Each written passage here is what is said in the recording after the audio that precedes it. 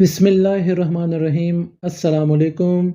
इस वीडियो में मैं आपको ख़त लिखने का मुकम्मल और सही तरीका बताऊंगा और इस वीडियो में मैं आपको ये भी बताऊंगा कि वो कौन सी गलतियां हैं बच्चे अक्सर ख़त लिखने वक्त करते हैं।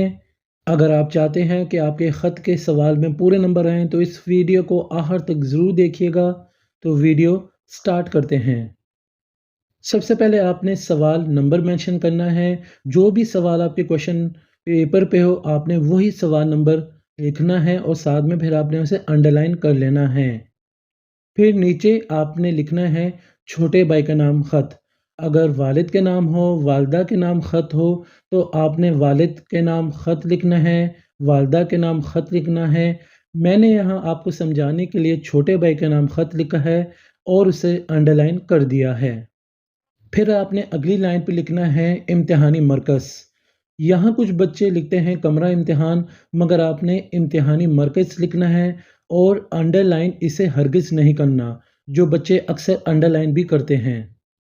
फिर आपने नई लाइन में आपने तारीख़ लिखनी है। जिस तारीख़ को आपका उर्दू का पर्चा हो आपने वो तारीख़ लिखनी है। फिर महीना लिखना है, फिर 2023 या 2024 ईस्वी। इसके बाद आपने न्यू लाइन के सेंटर में लिख देना है प्यारे भाईजान और ये अलामत लगाकर अंडरलाइन कर देना है।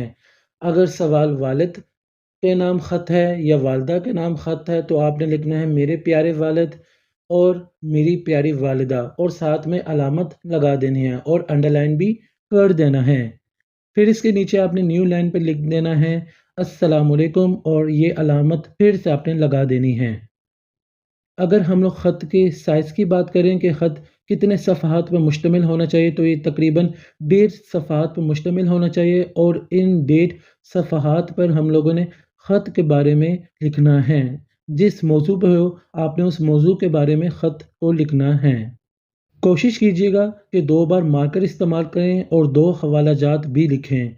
यहाँ हवाला जात से मुराद है अगर कोई ख़त में आप कुरानी आयत या आयत का तर्जुमा या हदीस या कोई भी कोटेशन आप लिख सकते हैं, मगर आपको इन्वर्टेड कॉमास में लिखना होगा।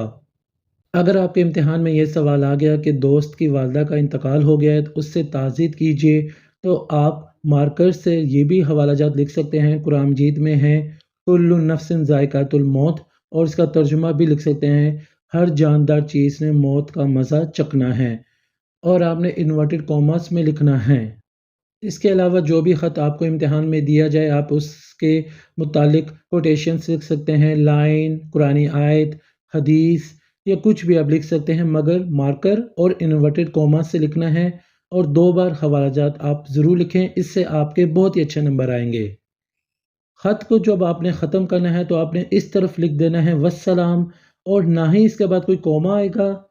फिर नीचे लिखना है आपका भाई और फिर अलिफ बे जीम।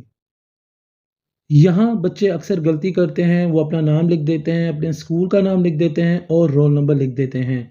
इन चीज़ों से आपने बिल्कुल परहेज़ करनी है, ये आपने चीज़ें नहीं लिखनी है और ये गलती आपने नहीं करनी है। उम्मीद करता हूँ आपको ख़त लिखने का मुकम्मल और सही तरीका समझ आ गया होगा।